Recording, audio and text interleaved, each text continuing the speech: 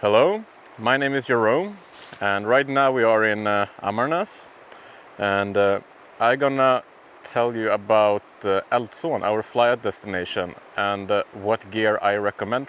I thought we're gonna start off with a dry fly rod. I used Onki, 9.6 foot and 6 weight. For this I use a 6 weight Vibe 100 dry fly line, and upon that I put a leader, tapered leader that goes down to 3x 0.20. I also use other rods. I always carry two, and right here I have the glass streamer rod.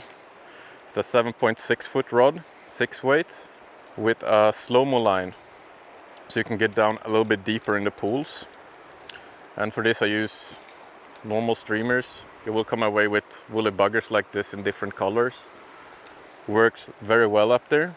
And on the streamer rod I prefer to have a leader that's slightly thicker, so 0.25 to 0.30 is really good. If you have these two, you will be able to cover most fishing up there in any pools, any conditions. The way we do our fishing up in Eltzon is that we fish from pool to pool and the streams in between.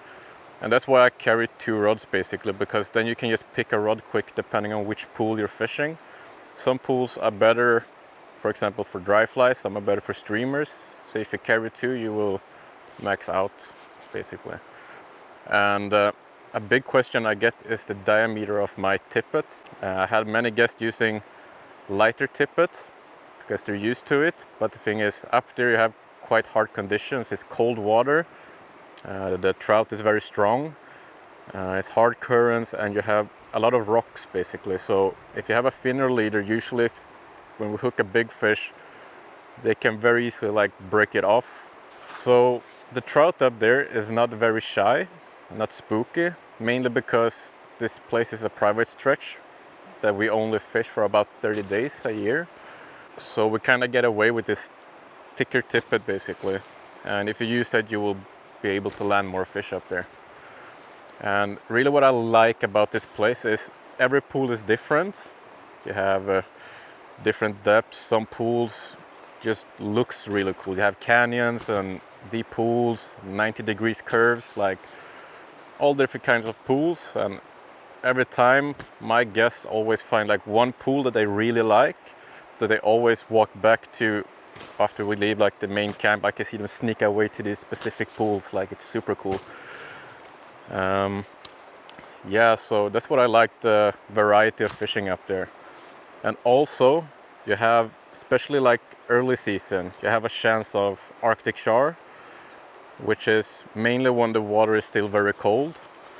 And then we use same equipment. You will get away with the same tippet, everything, but it's mainly when the water is cold. But we can take that when you make your booking. I use a lot of Elker caddies, stimulator flies, midges. You have mayflies in different colors. And when I talk about this stimulator flies and Elker, I don't use the tiny ones size 14, 16. I use size 8, very big, because you want them to really float in this hectic white water, because usually the trouts are standing underneath. So you really want the fly to keep on floating. So that's, yeah, make sure you bring some big ones, because that's very necessary. And when it comes to streamers, if you have woolly buggers in different colors, green, white, black, does work perfectly. If you have beads on them, even better, so you can get down deep. You can also use different types of articulated flies if you would like to. It works fine as well. So this is my recommendations for Eltzon. This is not a rule really. This is it for this video. We're also gonna drop a link here to a Fly TV episode we did there 2 years ago or something. Really cool one. You should check it out. And don't forget to subscribe to our YouTube channel. See ya.